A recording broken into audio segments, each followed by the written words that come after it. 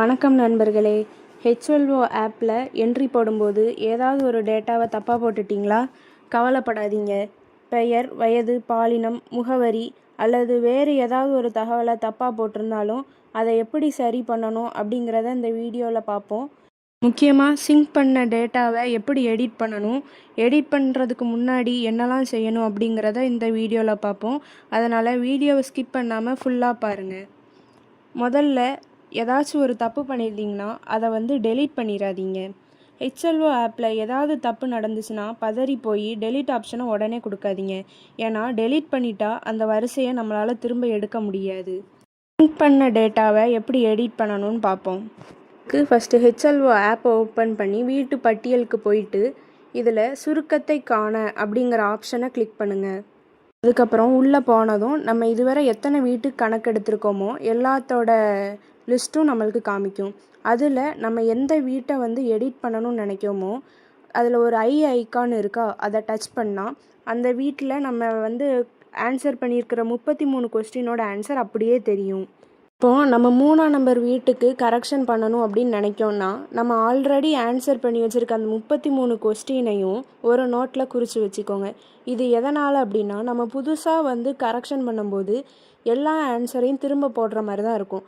அதனால் அதை ஒரு நோட்டில் குறித்து வச்சுட்டு அதுக்கப்புறம் திருத்துறதை பார்க்கலாம். நோட்டில் அந்த இதை குறித்து வச்சதுக்கப்புறம் வெளியே சிங்க்டு தரவை திருத்த அப்படிங்கிற ஆப்ஷனை கிளிக் பண்ணுங்கள். ஆப்ஷனை கிளிக் பண்ணதும் ஆல்ரெடி ஒத்திசைக்கப்பட்ட தகவல் எல்லாம் இதே மாதிரி வரும்.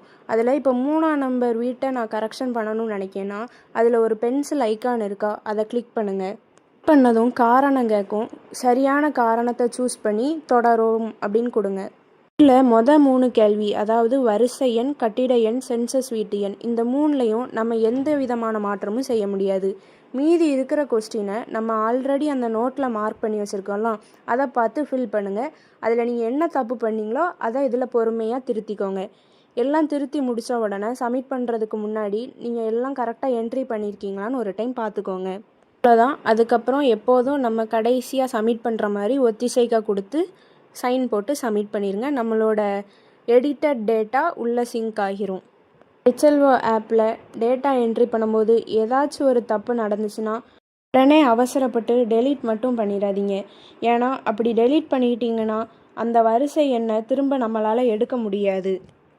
அதே மாதிரி சிங்க் பண்ண டேட்டாவை எடிட் பண்ணுறதுக்கு முன்னாடி சுருக்கத்தை காண அப்படிங்கிற ஆப்ஷன் உள்ளே போய் எந்த வீட்டோட இதை நம்ம கரெக்ட் பண்ண போகிறோமோ அந்த வீட்டோட முழு விவரத்தையும் ஒரு நோட்டில் குறித்து வச்சுக்கோங்க. ஏன்னா எல்லாத்தையுமே திரும்ப தான் நம்ம ஆன்சர் பண்ணுற மாதிரி இருக்கும். வீடியோ பயனுள்ளதாக இருந்துச்சுன்னா சேனலை சப்ஸ்கிரைப் பண்ணிக்கோங்க. அதே மாதிரி சென்சஸ் டியூட்டி வந்திருக்க உங்கள் ஃப்ரெண்ட்ஸுக்கு இதை ஷேர் பண்ணுங்கள். இதே மாதிரி சென்சஸ் ரிலேட்டடான வீடியோஸ்க்கு சேனலை மறக்காமல் சப்ஸ்கிரைப் பண்ணிக்கோங்க. தேங்க்யூ.